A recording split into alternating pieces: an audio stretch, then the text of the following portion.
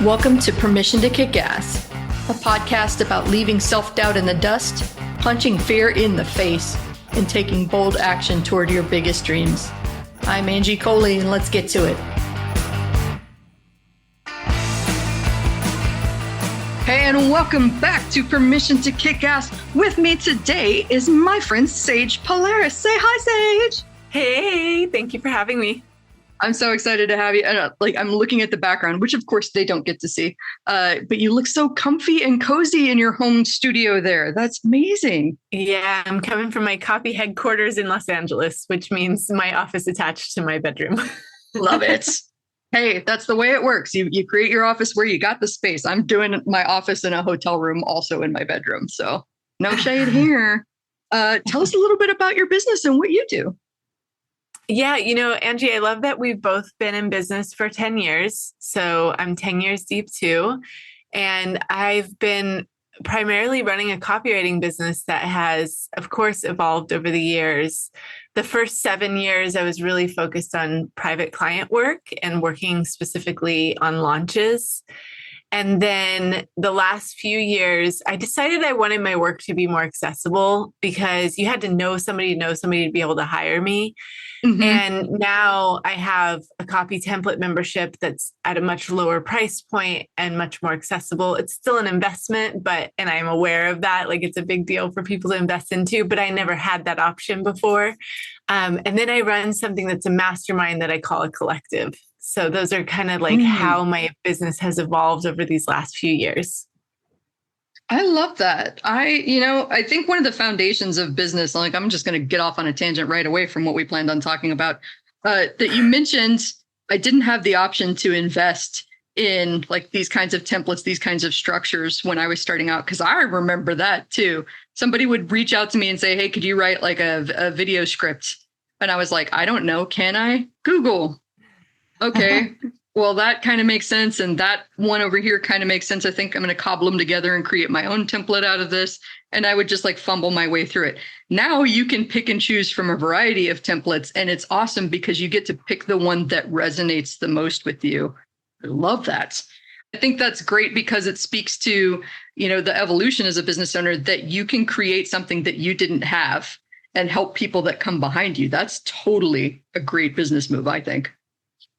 Yeah, and also part of the reason why I developed that for other people to use is because I wanted people to be able to save more time in their business, because having an online business can, in the very beginning, like, you'll give anything for your business to go well. Like, oh yeah, I totally remember being in that space where I would bring my laptop on vacation, take client calls in the bathroom so that they couldn't hear my kids yelling in the hotel room that I was at, all of those things. And then over time, I realized and early on, I hired a project manager to help me better organize my time.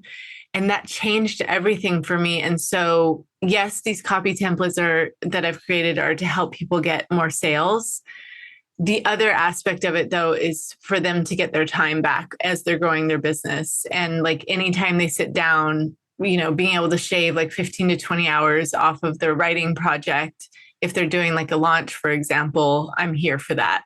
Mm-hmm. I mean, that's a whole freaking day saved. Oh, my goodness. Like, how invaluable is that?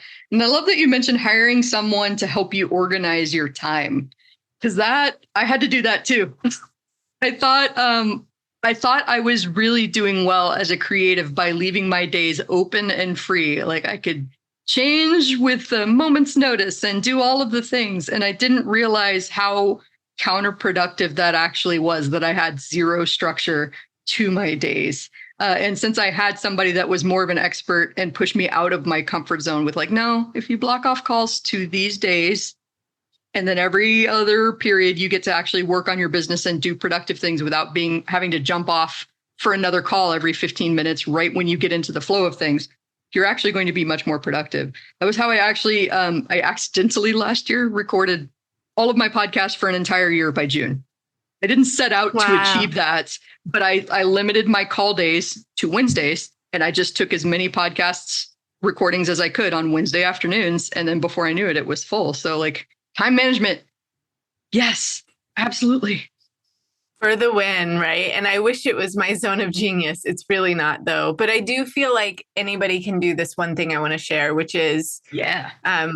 I recommend that you use a tool like Toggle or some kind of time tracking to realize how you're spending your time in your business. Because early on, the very first thing that I outsourced, I hired a VA, and it was like in the first couple of years of my business for 5 hours a month for $16 an hour. So I was spending $80 just to have her do the scheduling for my clients and also the invoicing for my clients, because that one thing was taking up time, like really valuable time when I could be writing. Yep. Right. So I do recommend like start with a simple tool, start to track your time. You will be so surprised at what you do. Mm-hmm. And how often, I mean, I think most of us are aware of this in this age of social media too, that like your phone is in your hand and you're halfway through reading a site before you even realize what's happening. Like it's become such a habit and we lose time so easily with social media these days that like having something that brings your awareness back to just how much time you're losing. It's a good thing for a business owner. Yeah, it's really powerful. There's also a tracker called Digital Wellbeing, at least on Android. I don't have an Apple, where you can see how much time you spent on social media. And like, that's another great thing to track for sure. Mm-hmm. Oh, I love that one because I have a Pixel, so I have an Android too. And when I saw that, and the first time I looked at that thing and was like, dear God, how much time I've spent playing this stupid game called Two Dots today is freaking ridiculous. Maybe we need to set a timer limit on that to where the app shuts down after a certain amount of time. And now I do that so that my phone forces me off of those apps when I have like just been wasting time and lost track of it. It has given me so much of my life back. I'm telling you. Yeah, it's so powerful. I love that. That's awesome. Well, I mean, speaking of time, I know that we were talking about before the call this really interesting thing that you had happen where you wound up taking time off and then doubling your revenue. And we're not just talking like, oh, I took a 3-day weekend. You took 4 months off? Yeah. So actually, for the seventh year in a row, I take 4 months off in my business. And Wow. people always ask me, they're like, wait, what do you do for 4 months? So it's not consecutive. There's a system around it. So actually, I hired the project manager and I was like, hey, in the beginning, it was like fun Fridays, right? Like, let me just take Friday off and go do something fun once a month. And then over time, I was telling them, like, I want to take more time off. I was thinking like every other week, like I came up with this terrible idea and it was going to be like a really hard system to follow. And she looked at like how much time I wanted to take off. And she was like, hey, why don't you just take the last week of every month off for the whole year? And that accumulates to 3 months. And then you can take 1 month off. Or sometimes I break it apart, like 2 weeks in November, 2 weeks in December, which I'm going to do again this year. So once we had this system around it, it kept me, like my team keeps me honest around it. In fact, just this month is a perfect example. So it's October and I really wanted to book this client who wanted to do multiple phases of a VIP day with me, like one day and then another day. And I was like, okay, if we're going to fit this in and do it properly, I need to give them the last Tuesday of the month because I usually do them on Tuesdays. And my team member was like, are you sure you want to do it on that Tuesday? Because you're supposed to be taking that week off. And I'm like, oh, I love you. So they keep you honest, right? And I was like, yeah, I'm okay with it because long story short, I had to take a different Tuesday off that I was supposed to be working earlier this month. And so I was like, it evens out for me and I'm okay with it. But I love, first of all, you make these rules and you're the boss. You can break them if you need to. It's totally fine. But I have found like setting that intention for your time off in the beginning of the year. Like right now we're marking the entire year off and we're in October for 2023. You're more likely to take the time off. So even if, right, like, even if you're just listening to this and you're like, okay, clearly I can't take 4 months off yet. But what I can do is commit to marking my birthday off, marking all the government holidays off if you want to take them. I think in Canada, they call them stat holidays. Are there any days where your kids, like I have young children, are going to get out of school early that day? Like you can mark that day off. So that's what we do. We look at the school calendar. We look at the government holidays. We look at birthdays in my family. and that 1 week off, and we mark it all off like a year in advance. And I know it sounds like a lot, but it's that intention setting that makes all the difference to you committing to it. Oh, absolutely. That was my discovery this year, where I'm taking a record breaking, for me, amount of time off, which is going to amount to about 5 weeks all told.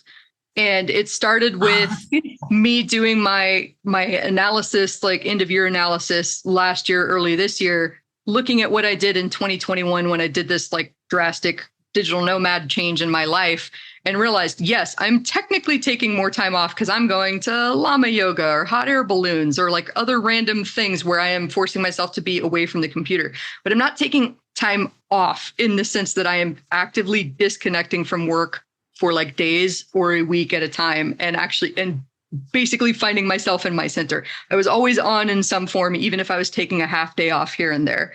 And it was shocking to me because I was like, here I am on this crazy adventure, but I'm not actually taking any time off. I do get the time for adventure and recharging, but not taking time off. So I made that a priority this year and was like, what happens if I do a quarterly vacation? New rule, quarterly vacation. What does that mean? I take the last week of the quarter off. And I'm going to take 2 weeks off for the holidays in December, January. And I did the exact same thing that you did. I blocked it in. I sat down 1 week in January and marked all of those off. I marked them as busy so that nobody could schedule me stuff in advance. And I've been kind of the gatekeeper with my partner on stuff like that. Because if we have stuff blocked off in the calendar, she's known for like, oh, we could move some stuff around. I'm like, nope, absolutely not. That week is blocked off for this. This week is blocked off for that. We're going to have to find some other time to do that. And the clients aren't aggravated by that. They just find another time that works because they're busy too. Yeah. It's definitely not something I announce to my clients. I'm not like, hey, by the way, I take all this time. No, it's just like having the onboarding process already laid out for them. They know all the dates of when the deliverables are coming, and that's all they care about. They don't want to know what I'm doing with all the other dates of my month. Exactly. Like, it doesn't even have to be a big production. It can just be, I can't do that day. Will this day work instead? And you happen to schedule them for a week out after you come back from your vacation. Like, it's not as big a deal as we've made it to be in our capitalist society, where you're expected to be tied to the computer 24/7. But if you just tell somebody, I can't do it that day. No. How about this day instead? It works. It works. It's not as big of a deal as it seems. 100%. And I love being able to, love up on my clients and let them know exactly when all the pieces are happening and rolling out. The other thing I found that taking this time off has really helped me do is to create a system around creating content a month in advance. So that I don't come back from my week off and be like, holy moly, I have so much to do, because I have weekly emails that go out to my people in my membership. I have weekly emails that go out to people who are in my collective. And so by this Fridays are kind of like my writing days. So by this Friday, I have the stack of everything I want to write for November, and it's the first Friday in October, right? So I like to get everything done in advance as much as possible. And I would love to get to like quarterly in advance with sometimes I do, like, especially towards the end of the year, actually. This is around the time, like November and December, I really roll out as much as I can all the way through February. So I'm realizing like I get ahead of the curve, like towards the end of the year, going in the first part of the year, but then I get back on my monthly. Like, it's easier for me starting in March and April to just write things a month in advance. Yeah, that makes perfect sense to me. And I think this is a perfect example of putting Parkinson's law to work for you. So what we've got back-asswards here in our capitalist society is like waiting for the work to be done, waiting to hit a milestone before we deserve our time off. Like, there's a whole lot of internal head trash that happens that we aren't even necessarily aware of. But this changed for me during the first part of last year, 2021. I'm traveling before the vaccines were available. So there were still a lot of very strict COVID protocols in place, including severe limits on the number of people that could be in certain spaces. You had to get a reservation, and if they didn't have any available spots and you wanted to see, say, the Grand Ole Opry, you're SOL if you don't get one of those spots. So that meant that sometimes I'm booking an activity that I really want to see in the city that I'm traveling to, and I have to take whatever random time slot they give me. on a Wednesday morning, on a Tuesday afternoon. And the thing that I recognized in doing all that was that the work just fit into the remaining space. Yeah. And that was a total aha moment to me, that like I had to deliberately make that choice that I'm going to spend my time here, and the work fits into the remaining space that I've got left. And oh man, that worked. Somehow my 10-hour days cut down to like 5-hour days fairly easily when I just made a different choice. Yeah. And it's like a couple of things come up for me. One, it goes back to that point of like, if you schedule things for yourself in advance, like you will make those things work into your schedule. You'll be more likely to. The other thing is that, when it comes to results in our business, we wait to celebrate. We're like, and other people around us too, like they may not want to celebrate with you before the result is there. But I found pre-celebrating is like something I love doing. I'm actually getting ready to make like an evergreen offer to my community. And I was sitting down, I looked at the numbers, and we think we're going to get like 111 people. I love the woo-woo magic numbers. Love it. Yeah. So we think we're going to get 111 people taking us up on our next offer. And I'm already feeling into that energy. I'm already celebrating those people coming in, and I'll already treat myself, like go to brunch with friends or take a staycation here in Palm Springs. I love going because I'm in LA. Like I love going over there. All of those things. But don't wait to treat yourself is the point. Like, let you start to celebrate before it gets here, because that energy attracts more of that excitement and energy that you're wanting to do. It's so good on so many multiple levels. Like making Parkinson's law work for you. And I didn't articulate that earlier because Parkinson's law, loosely like paraphrased, this is probably not going to get it perfect, but the task will take the time that you give it, basically. And so if I've given it a week to get done, except for Tuesday afternoon, then it's going to take me a week to get done, except for Tuesday afternoon. If I've given myself 2 months, it's going to take 2 months. If I've given myself 2 hours, I will find out a way to get that done in 2 hours. It's amazing how our brain works. And then just that other concept of it, and it ties into the concept of the show so nicely too, of giving yourself permission to celebrate just because you want to. Yeah. The rules that you set, and that ties into what you said earlier too, like you set the rules, you get to break the rules at your discretion or enforce them at your discretion because it's your business. That was such an awakening for me last year, because I didn't even realize there was a different piece of head trash that I had, which was that I can't go do this thing that I really want to do unless someone comes with me, I'm not alone, or I have something to celebrate. So in this instance, I really wanted to go to this magical spa I had found in the mountains of Asheville, North Carolina. And it was one of those like 4 hot tubs, but they have a 3-sided building with a roof built around it so that you can sit in this hot tub and look out the trees in the mountains. And I really just wanted someone to go with me because I felt like I needed that. And I had a friend lined up and she was going to come out, and then she couldn't. And I was just so bummed because now I can't go to this thing. And then I got mad. Why can't I go to this thing? I want to. I don't have anything to celebrate. I don't have anybody to go with me, but I just want to go and have the experience. And so I did it. I sat in that hot tub, watching the sunset over the mountains, watching the fireflies come out because it was summer, and just having this realization that I feel like I want everybody to have, which is you get to go do things that you want to do just because you want to do them. 100%. Yeah, I love it. I love your energy around it too. Like you're very fiery in that, and it's beautiful to see. And it's true. Like I follow the same ethos, like, taking myself out on spa dates, going to the botanical gardens just because, and using them as my office sometimes just to switch up the energy, get in a new environment.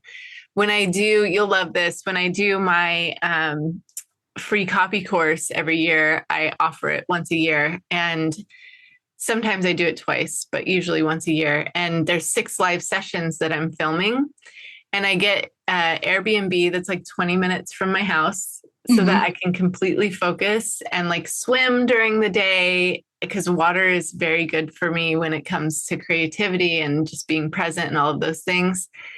And I got like this one cute Airbnb had like a tree house and a pool. And I was just like living my best life. And then I would record my sessions. We had this last time 3,700 people sign up, which was wild. Nice. I know. I'm so grateful. And it was so beautiful, like being able to keep my energy in that really good place. And then I even had like a massage therapist come to the Airbnb and give me a massage one night. All these little things, like I realize you may have to build up to them in your business. Like you may not have the budget for all of these things yet if you're getting started. That being said, like think about your energy and how you want to spend it during, making offers or doing launches or whatever it is you have going on, because people pick up on that. It's huge. Mm-hmm. Yeah. Oh, yeah. I was writing down so many notes when you were talking about that, but it sounds like you have an amazing ritual for taking care of yourself and preserving your energy. And it's interesting how many people, because I think we both know a lot of people who do live events and productions, but they go into it with this mindset of like, I have to be on, and it's going to be these super long days where I'm just going to have to be on 24/7 with all these people. It's going to be really depleting. But the most successful people that I know that run events, whether live or virtual, have something similar to you. It's like, I don't come out of my room and start interacting with people until a certain time because I need that alone, quiet solitude in the morning. I need a longer lunch period so that I can go take a nap, take a walk around the block, like recharge and rejuvenate myself. And then usually like, one guy that I worked with would like shut down excess caffeine and sugar a couple weeks beforehand to like really start getting that mental clarity that he knew would allow him to perform his best. So I freaking love that. And that reminds me of another piece of head trash. Go figure, head trash. I'm not a morning person, and I don't think that that's really a secret with anybody that knows me. And I've always wanted to be able to like get up at 7:00 and take a couple hours to get my head on straight, long and leisurely morning routine before I have to be on and working on anything. And one day it just occurred to me, I could just do that. I had set like someday when I've achieved this level of success or that level of success, I will be able to take this long morning routine. And that same thing with Parkinson's law happened, even though I didn't realize it at the time. It's like one day I just decided what would happen today if I got up and I just did that long, luxurious morning routine, really indulged in that coffee, sitting on this front patio, enjoying the breeze, listening to the crickets and smelling nature and like having a moment. Oh my gosh. And that really reflected, I feel like I'm rambling about this, but it makes me so excited. We had one of those rule breaking situations recently where we have to schedule a client due to Hurricane Ian, of all things, happening last week. So sorry. And we have some limited availability. So it means that we're going to have to be flexible with some of our we don't schedule on these days rules. And we talked about a couple of options, including opening up some space on a weekend or starting at 6 a.m. because our client is in Paris and there's a big time difference. And I said, I would rather open up space on a weekend because 6 a.m. is my morning routine, and that is forbidden. We are not encroaching on that. That will not allow me to be my best self. I will be tired and grumpy on this meeting and not even able to provide a good experience, let alone good ideas. Let's not do that. Yeah, it's so powerful, though, like once you start to acknowledge these things about how you best operate, right? And so I totally see like how you're doing a disservice to the client if you allow for things that you know are not best for you. So I love that you were working with them though, and understanding like sometimes situations happen and it's okay. Like give yourself some grace, because I do think like when it comes to making rules around your business, like we can get a little too uptight about how we want everything to run. And then there's life, right? And if anything, we've learned these last few years, like things can change on a dime. What's that old saying? Like, man plans, God laughs. Yes, exactly. You can plan all you want, and then life is going to go, no, that's not going to happen. So yeah, some flex. I like to think of everything as 80-20. Like, you're going to love 80% of your business and struggle 20% of the time. You're going to have 80% of situations fit into the pre-established rules. And then like 20% of the time, things are going to go off the rails, or you're going to have to create a special situation. Like I live my whole life by that 80-20 instead of aiming for the perfection, basically. Yeah, I love that. Like, that's a beautiful ratio to keep it in mind whenever you're deciding these things in your business. And I think, like, the more you can create systems, but then stay fluid within them, the more fun you'll have. It's funny because I'm very much like a go with the flow person, but that structure, creating that early on in my business has informed so much of my clients feeling comfortable with investing in me, for one. Like, that's a huge part of creating systems in your business. The other thing is avoiding what most people experience, which is burnout. Like, I know a lot of my peers who were like, oh, I'm going to go create a course because I feel burnt out from my client work and I'm just going to burn that part of my business down. And I'm like, okay, but that is the most profitable part of your business. And that's what I call like your profit sweet spot. So I wouldn't be so quick to like get rid of something that you know is working, but might just need a little more systems around it. So I feel like most people skip this piece, right? And then they're just like, let me go do this entirely other thing that they don't know is going to be profitable. So I would rather see people prove something and give themselves time to build up other pieces of their business rather than diving from one to the next and then losing out on profits that they already have proven in their business. Absolutely. Like, I know several people who fit the profile of like both ADHD and like super quick start on Colby. Like, they get excited by that brand new idea and they're like, you know what, screw everything else. Like, I don't care. That's fine. I'm excited by this new thing. And working with them is a special challenge and a special joy because it's like, okay, can we take all that excitement that you've got for the new thing and find something new about this thing that already works for you? So that exactly, so that we're not burning it down. Can we find new ways to explore this or automate this or systematize this or remove yourself from this piece of it so that it can continue to make you money and then you can go play in your happy place? Like, yeah, that, right. And, you know, people who are fast decision makers, they tend to do well in online business because they can go quickly. And so that is a strength, but there's weaknesses to every personality type, right? And yeah. I found for me, like, I made the choice to say, with, you know, my growth and the money in my business, like, for example, if I have the potential of making 2.1 million next year, which I can see how it could all come together, I say to my business, like, only if it comes with the ease, comfort, and joy that I currently have. Yes. Right. Like, it's the first time though that I put parameters on my money and I'm like, this is how I want to experience bringing more money into my business.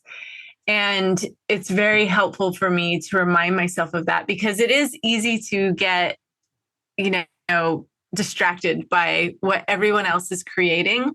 But I know my personality type, I'm a slower decision maker. I like to move more slowly in terms of my growth as well. And that's what serves me best. Right. So we each have like our personalities, our strengths, and what we're best at. And so, you know, a lot of it is me tapping into my intuition and like asking more questions and going inward and finding ways to do things that maybe other people have not done that, but I know it will work in my business. And I think, you know, this brings up kind of a woo thing for me, which is, and I'm kind of a woo skeptic ordinarily, but it's been more interesting to me recently, especially when somebody asked me to do a human design profile. And so I took this, you know, it involves like star charts and stuff like that. Took this, I paid for a profile and I got this breakdown that said that I am a generator. And I started reading this profile and it says, you respond to invitations. You go operate from joy and satisfaction. You put your energy out in the world. Somebody comes to you and says, hey, I love what you do. Let's work together. And then you respond to the invitation. And it usually has to be like a full body hell yes. And that's how you do your best work. And you should not feel guilt over that. And of course, being the capitalist brainwashed person that I am, like most of us, instantly had a reaction of like, that can't possibly be true. It's not that easy. You have to work hard. You have to all of this stuff. But I challenged myself to sit with that discomfort and do some journaling on it.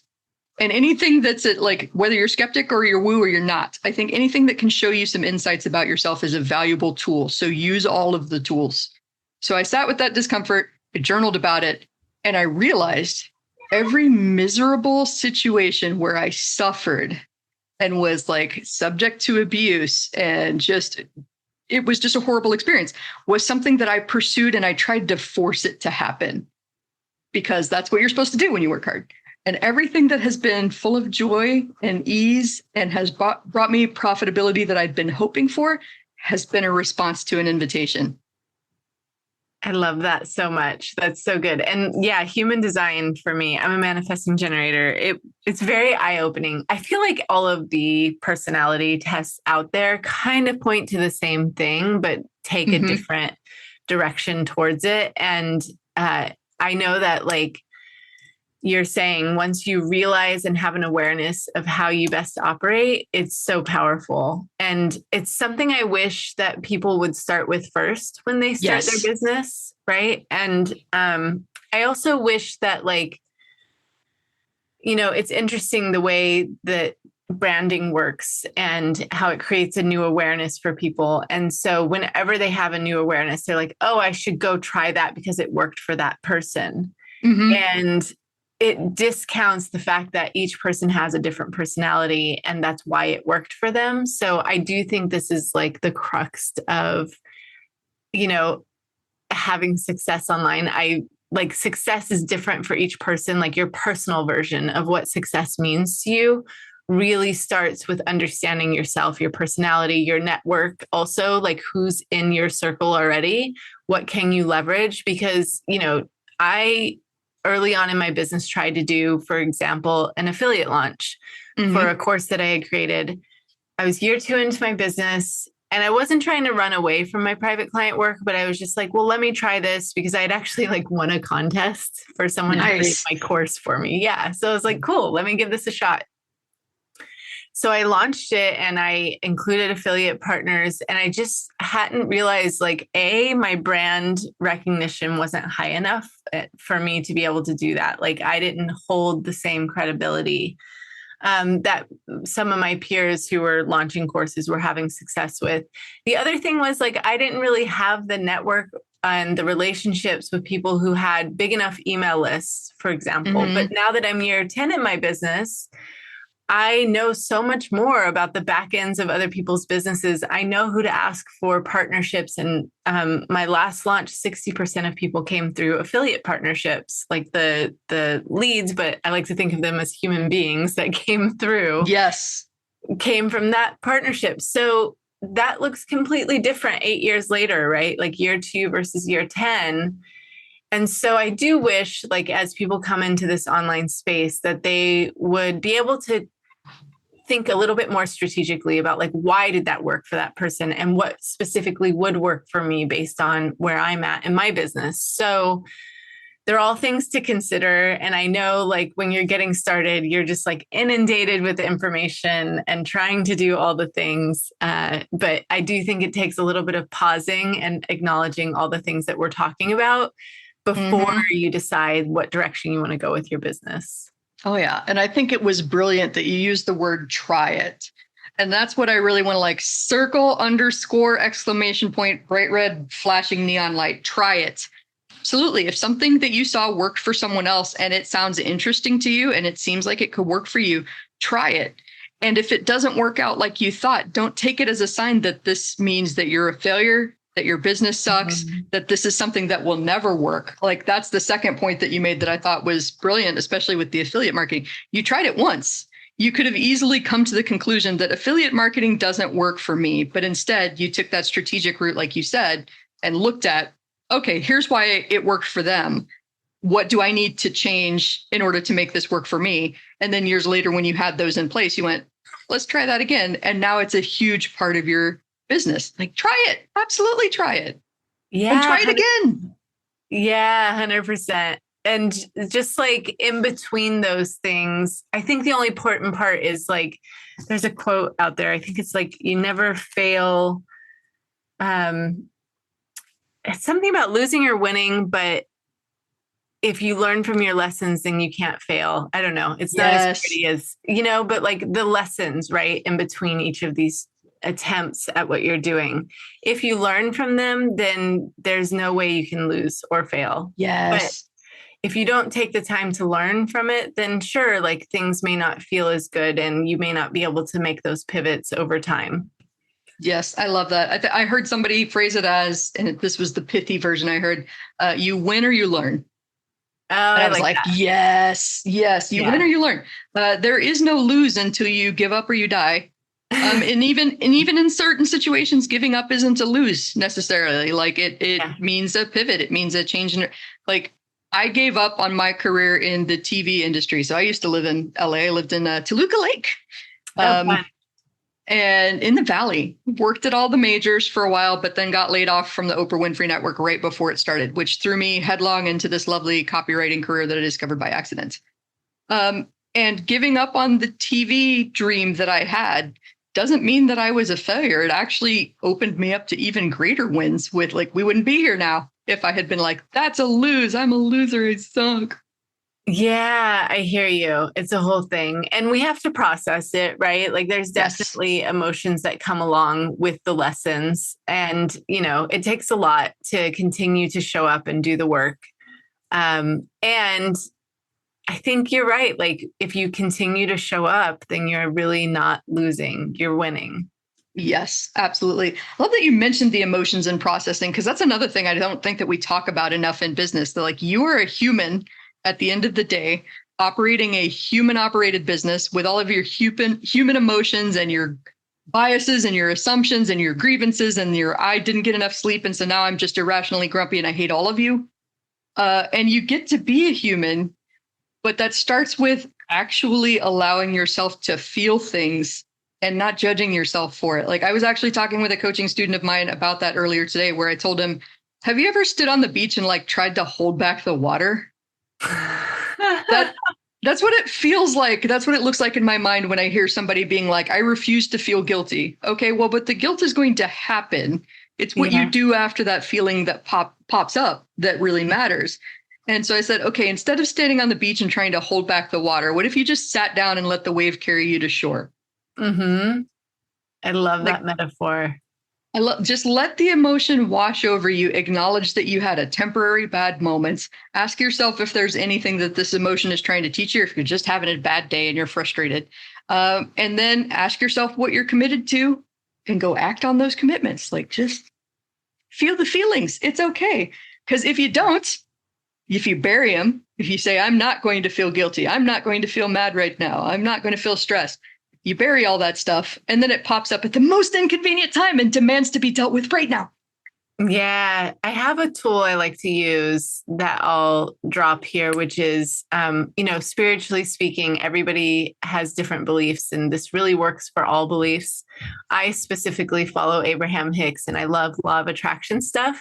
Mm. So whenever I'm feeling a certain emotion, like let's say I feel abandoned by a client, because that was a big one for me for a lot of years.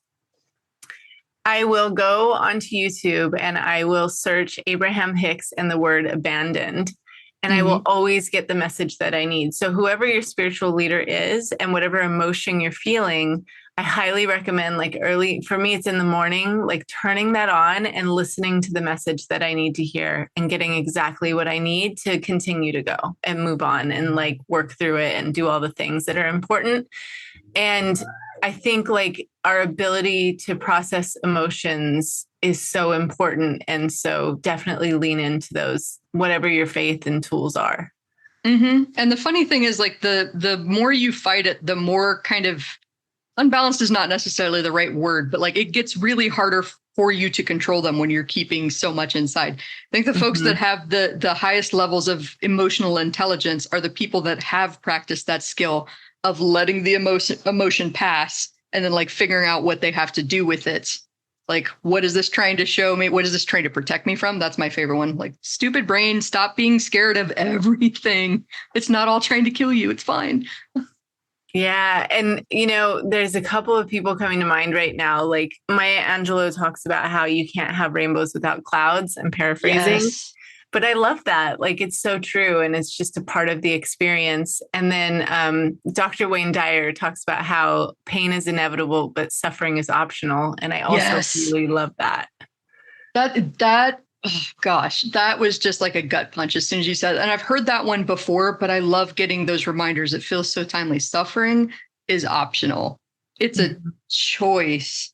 Pain is something we're all going to experience, which is just, hey, you know what? Like little side reminder, be kind everywhere all the time, no matter how pissed off you are, because you never know what somebody else is going through. But you don't have to suffer. You don't. You can choose not to. Yeah. Oh, that just feels like such a nice breath, nice way to wrap it up. So I'm going to ask you to tell us more about your business, how we can learn about you. Oh, thank you. Yeah. So, a lot of this interview, we talked about saving time in your business, and I'm a big fan of templates. So I would love to share a gift with everyone. If you go to sagepolaris.com/weloveangie, you will get my triple email open rates. It's 3 emails that you can copy, paste, and personalize. If you have ghosted your list, it happens to the best of us. If you have an email list, you haven't written them, you'll know exactly what to say to them, these 3 emails. Also, if you've had an email list for a while and you have not removed your unengaged subscribers, these 3 emails will help you scrub your list, and it will help either way, like whatever scenario you're in, like you've ghosted or you've had a list, your deliverability rate will be higher because your email open rates will go higher. So I love sharing these with people. You can go to that link and snap those up and start using them to re-engage with your list. And then you'll know exactly what they want from you for an offer as well, because it'll set you up for making an offer. Love it. Love it. What a wonderful tool. Everybody better go download that. I want to see, just because I love the link. I am unashamedly loving the link, but go grab that. Go put the tools to use and see if you can build that freedom and time space back into your business, and heaven forbid, have a little joy with all this. Thank you so much for sharing everything that you've shared with us today, Sage. It's been a joy to have you on the show. Thank you. Oh, my pleasure, Angie. I appreciate you opening up your circle and I get to know your audience a little bit more. So that is it. Another awesome episode of Permission to Kick Ass on the books. If you want to know more about the show, if you want to know more about me, Angie Coley, and the mission I'm on to help entrepreneurs punch fear in the face and do big, bold things, then head on over to permissiontokickass.com. That is all one word together, permissiontokickass.com. Make sure to sign up for my email list so that you know whenever there's a hot, fresh, and ready podcast episode out for you. And also on Mondays, I like to send out a little newsletter called Kick Monday's Ass. I'm sure you're totally surprised by that. So thank you for being here with me today. I'm Angie Coley. Make sure that you share this with a friend that needs to hear this message today. Like it, share it, comment wherever you're listening to this today, and let's go kick some ass.